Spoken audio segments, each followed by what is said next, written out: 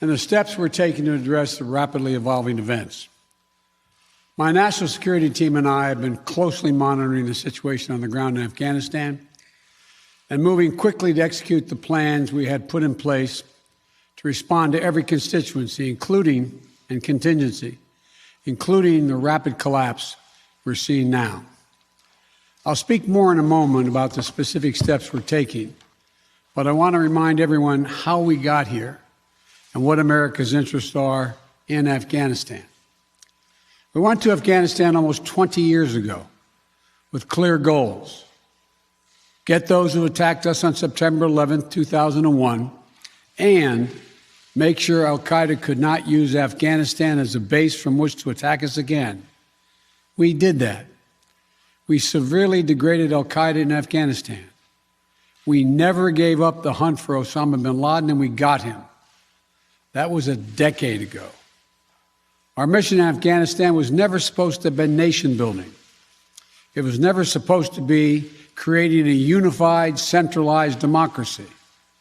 Our only vital national interest in Afghanistan remains today what it has always been: preventing a terrorist attack on America's homeland. I've argued for many years that our mission should be narrowly focused on counterterrorism, not counterinsurgency or nation building. That's why I opposed the surge when it was proposed in 2009 when I was vice president. And that's why, as president, I'm adamant that we focus on the threats we face today in 2021, not yesterday's threats. Today, the terrorist threat has metastasized well beyond Afghanistan. Al-Shabaab in Somalia, al-Qaeda in the Arabian Peninsula, al-Nusra in Syria, ISIS attempting to create a caliphate in Syria and Iraq, and establishing affiliates in multiple countries in Africa and Asia. These threats warrant our attention and our resources. We conduct effective counterterrorism missions against terrorist groups in multiple countries where we don't have permanent military presence. If necessary, we'll do the same in Afghanistan. We've developed counterterrorism over-the-horizon capability that will allow us to keep our eyes firmly fixed on the direct threats to the United States in the region and act quickly and decisively if needed. When I came into office, I inherited a deal that President Trump negotiated with the Taliban. Under his agreement, U.S. forces would be out of Afghanistan by May 1, 2021, just a little over 3 months after I took office. U.S. forces had already drawn down during the Trump administration from roughly 15,500 American forces to 2,500 troops in country. And the Taliban was at its strongest militarily since 2001. The choice I had to make as your president was either to follow through on that agreement or be prepared to go back to fighting the Taliban in the middle of the spring fighting season. There would have been no ceasefire after May 1. There was no agreement protecting our forces after May 1. There was no status quo of stability without American casualties after May 1. There was only the cold reality of either following through on the agreement to withdraw our forces or escalating the conflict and sending thousands more American troops back into combat in Afghanistan, lurching into the third decade of conflict. I stand squarely behind my decision. After 20 years, I've learned the hard way that there was never a good time to withdraw U.S. forces. That's why we're still there. We were clear-eyed about the risks. We planned for every contingency, but I always promised the American people that I would be straight with you. The truth is, this did unfold more quickly than we had anticipated. So what's happened? Afghanistan political leaders gave up and fled the country. The Afghan military collapsed, sometime without trying to fight. If anything, the developments of the past week reinforced that ending U.S. military involvement in Afghanistan now was the right decision. American troops cannot and should not be fighting in a war and dying in a war that Afghan forces are not willing to fight for themselves. We spent over $1 trillion. We trained and equipped an Afghan military force with some 300,000 strong, incredibly well equipped, a force larger in size than the militaries of many of our NATO allies. We gave them every tool they could need. We paid their salaries, provided for the maintenance of their Air Force, something the Taliban doesn't have. Taliban does not have an Air Force. We provided close air support. We gave them every chance to determine their own future. What we could not provide them was the will to fight for that future. There's some very brave and capable Afghan special forces units and soldiers.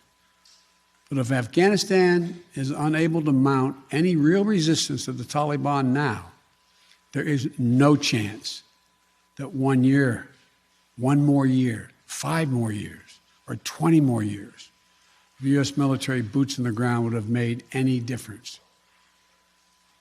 And here's what I believe to my core. It is wrong to order American troops to step up when Afghanistan's own armed forces would not. The political leaders of Afghanistan were unable to come together for the good of their people, unable to negotiate for the future of their country when the chips were down. They would never have done so while U.S. troops remained in Afghanistan, bearing the brunt of the fighting for them.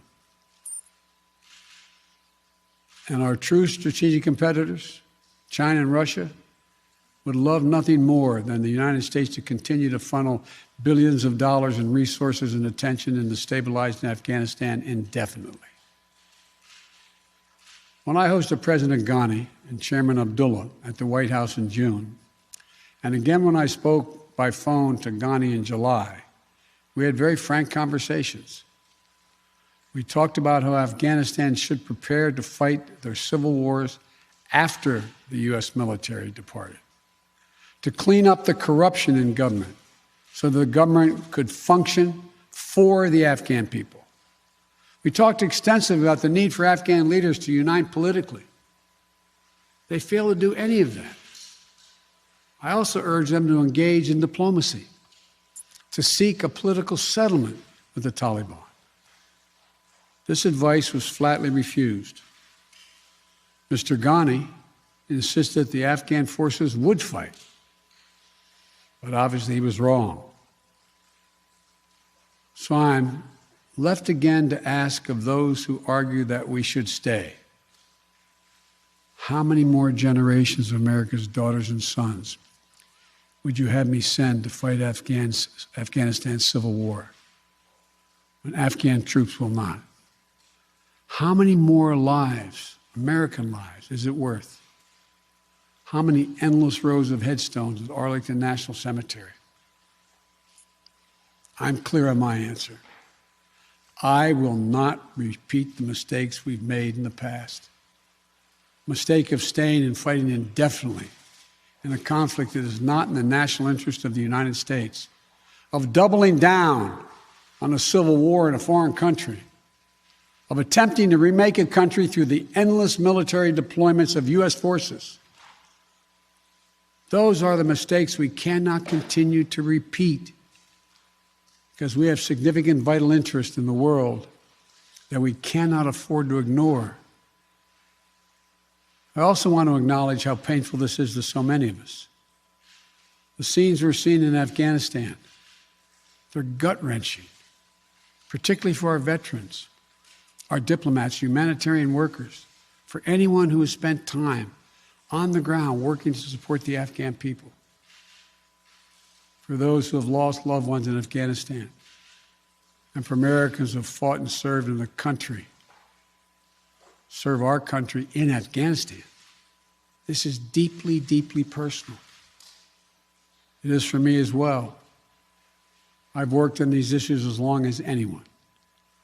I've been throughout Afghanistan during this war, while the war was going on, from Kabul to Kandahar to the Kunar Valley. I've traveled there on 4 different occasions. I met with the people. I've spoken to the leaders. I spent time with our troops. And I came to understand firsthand what was and was not possible in Afghanistan. So now we're focused on what is possible. We will continue to support the Afghan people. We will lead with our diplomacy, our international influence, and our humanitarian aid. We'll continue to push for regional diplomacy and engagement to prevent violence and instability. We'll continue to speak out for the basic rights of the Afghan people, of women and girls, just as we speak out all over the world. I've been clear that human rights must be the center of our foreign policy, not the periphery. But the way to do it is not through endless military deployments. It's with our diplomacy, our economic tools, and rallying the world to join us. Now, let me lay out the current mission in Afghanistan. I was asked to authorize, and I did, 6,000 U.S. troops to deploy to Afghanistan for the purpose of assisting in the departure of U.S. and allied civilian personnel from Afghanistan, and to evacuate our Afghan allies and vulnerable Afghans to safety outside of Afghanistan. Our troops are working to secure the airfield and to ensure continued operation of both the civilian and military flights. We're taking over air traffic control. We have safely shut down our embassy and transferred our diplomats. Our diplomatic presence is now consolidated at the airport as well. Over the coming days, we intend to transport out thousands of American citizens who've been living and working in Afghanistan. We'll also continue to support the safe departure of civilian personnel, the civilian personnel of our allies who are still serving in Afghanistan. Operation Allies Refugee, which I announced back in July, has already moved 2,000 Afghans who are eligible for special immigration visas and their families to the United States. In the coming days, the U.S. military will provide assistance to move more SIV-eligible Afghans and their families out of Afghanistan. We're also expanding refugee access to cover other vulnerable Afghans who worked for our embassy.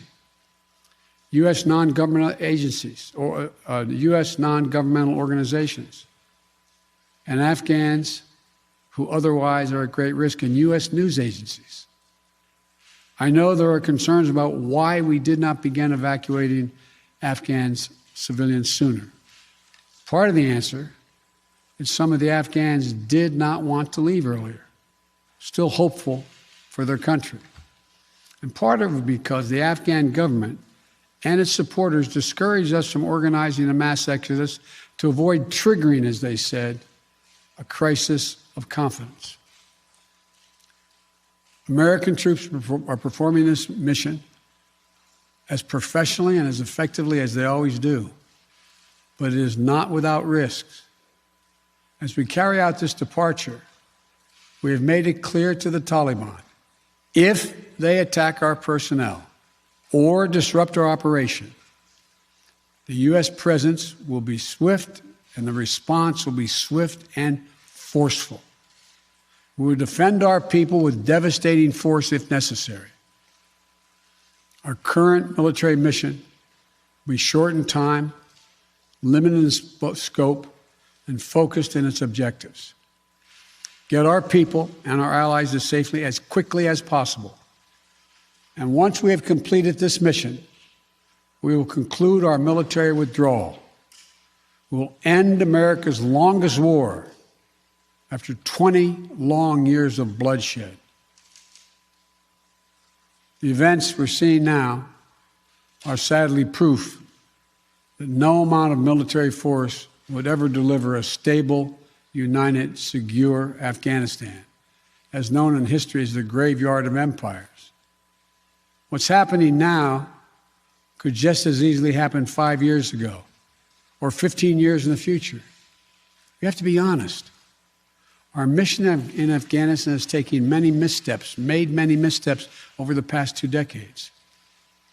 I'm now the 4th American president to preside over war in Afghanistan. 2 Democrats and 2 Republicans.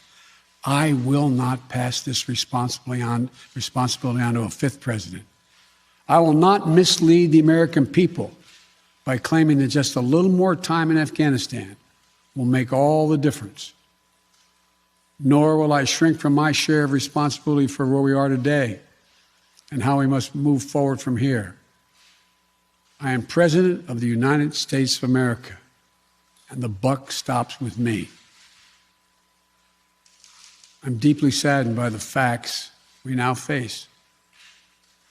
But I do not regret my decision to end America's warfighting in Afghanistan and maintain a laser focus on our counterterrorism missions there and other parts of the world. Our mission to degrade the terrorist threat of al-Qaeda in Afghanistan and kill Osama bin Laden was a success. Our decades-long effort to overcome centuries of history and permanently change and remake Afghanistan was not, and I wrote and believed it never could be.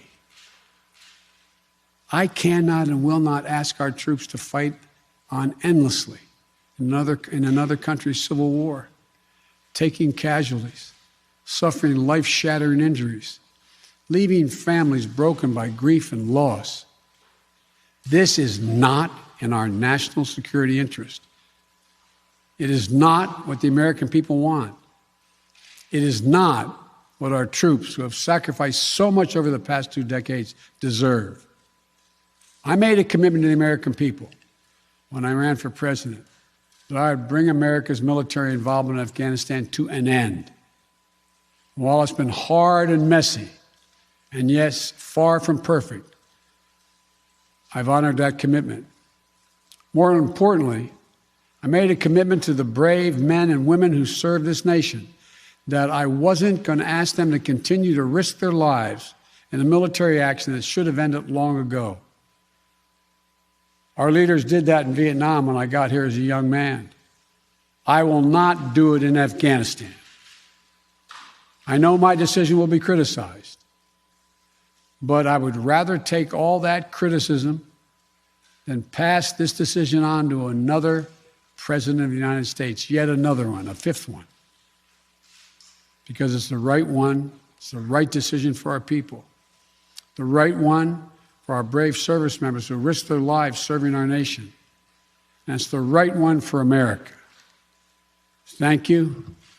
May God protect our troops, our diplomats, and all brave Americans serving in harm's way.